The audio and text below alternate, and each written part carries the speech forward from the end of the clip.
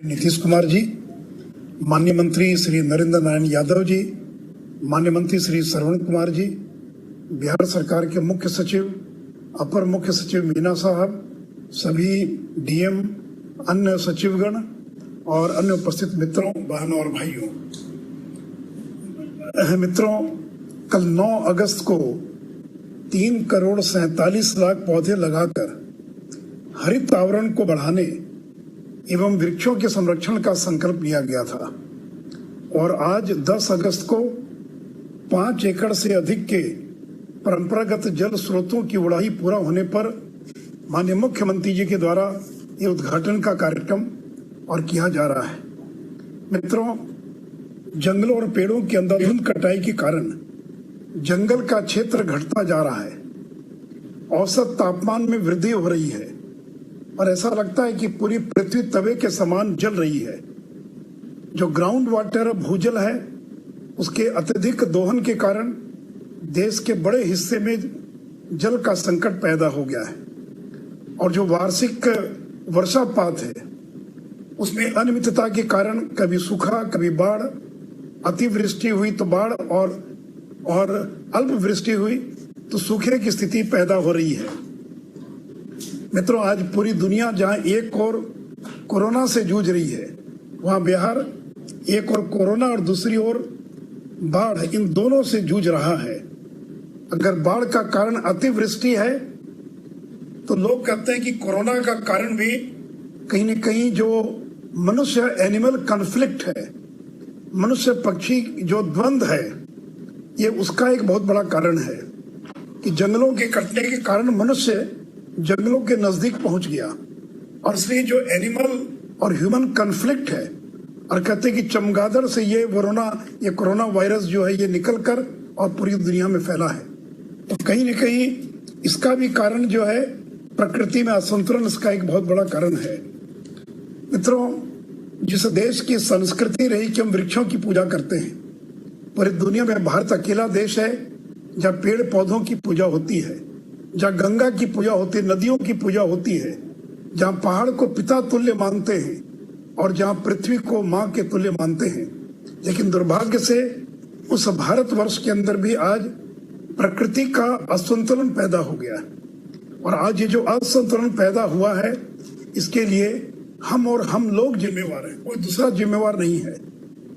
और माननीय मुख्यमंत्री जी, ये जो विकास बनाम पर्यावरण रहेगा कि विकास रहेगा, एक द्वंद्व पैदा हो गया, एक संघर्ष दिखाई पड़ता है, जबकि हमारी संस्कृति में कभी भी विकास और प्रकृति में कभी द्वंद्व नहीं रहा। सड़क बनेगी या पेड़ कटेगा, एक द्वंद्व, एक कॉन्फ्लिक्ट दिखाई पड़ता है। उद्योग चलेंगे या फिर जल प्रदूषित होगा, एक द्वंद्व इसके बीच दिखाई करता है। एक संस्कृत का दोहा है, एक संस्कृत की उक्ति है, प्रकृति रक्षति रक्षित। प्रकृति उसी की रक्षा करता है जो प्रकृति की रक्षा करता है।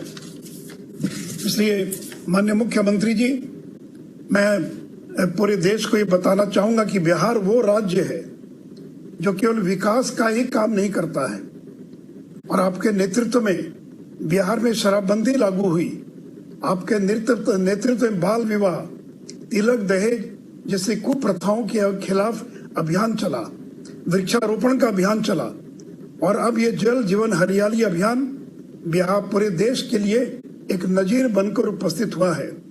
और मैं लोगों को ये भी याद करा दूं कि आपने एक समय कहा था कि माइनिंग पर रोक लगा दी गई बिहार के अंदर और आप कहते थे कि अगर ये पहाड़ खत्म हो जाएंगे तो बिहार के बच्चों को पहाड़ देखने के लिए दूसरे राज्य में जाना पड़ेगा। तो बिहार के अंदर माइनिंग की गतिविधियों पर रोक लगी है, कुछ खास पहाड़ों को कुछ खास परिस्थिति में ही महत्व दिया गया है। ये हिम्मत और कोई दूसरा नहीं कर सकता था, क्योंकि आपको ये मालूम है ये प्रकृति का संतुलन अगर कायम रहेगा तो ये सृष्टि नहीं बचेगी। और इसलिए और मैं ये भी बताना चाहूंगा कि वन विभाग जिसका मैं काम देख रहा हूँ, तो वन विभाग के अंतर्गत 10 फॉरेस्ट डिवीजन में 614 बड़े तालाबों का निर्माण किया गया है, जिसमें गया प्रमंडल में 168 और मुंगेर प्रमंडल में 137 और उसमें 44 तालाबों में मछली पालन के लिए भी और लोगों को दिया गया है। साथ ही साथ हमारे विभाग ने यह भी निर्णय लिया है कि जितने भी तालाब बनेंगे लघु जल संसाधन विभाग के द्वारा, उन सभी तालाबों के किनारे वृक्षारोपण करने का काम पर्यावरण एवं वन विभाग करेगा। और जो छोटे तालाब हैं उनके किनारे मनरेगा के माध्यम से पेड़ पौधे लगाए जाएंगे। साथ ही साथ मैं मीना साहब से यह भी सुझाव दूंगा कि ये जो तालाब की खुदाई हो रही है, जो जीर्णोद्धार हो रहा है, इनके आगे भी रख रखाव के लिए क्या व्यवस्था होगी, कोई समिति का यह तो गठन किया जाए, इसके बारे में भी जरूर आप लोगों ने और विचार किया होगा। तो माननीय मुख्यमंत्री जी, बिहार सौभाग्यशाली है कि बिहार के अंदर जल का संकट नहीं है। नहीं तो मुझे याद है कि इस देश में कई ऐसे राज्य हैं जहां स्नान करने के लिए भी लोगों को टैंकर का पानी खरीदना पड़ता है। देश के अधिकांश शहर ऐसे हैं जहां सुबह 1 घंटा और रात को 1 घंटा म्युनिसिपल का पानी आता है, और पानी भरने के लिए लोगों को कई किलोमीटर जाना पड़ता है पानी भरने के लिए। टैंकर से लोगों को पानी पहुंचाया जाता है। लेकिन उस बिहार के अंदर भी पिछले दिनों जल का संकट पैदा हुआ है। तो मुझे पूरी उम्मीद है कि आपके नेतृत्व में ये जो जल जीवन हरियाली अभियान, जो एक जन आंदोलन के रूप में प्रारंभ हुआ है, इसका लाभ पूरे बिहार को मिलेगा और आगे आने वाले दिनों के अंदर पूरे देश को यह अभियान एक दिशा देने का काम करेगा। तो फिर से एक बार आपका अभिनंदन करते हुए और मैं अपनी बात समाप्त करता हूँ। धन्यवाद।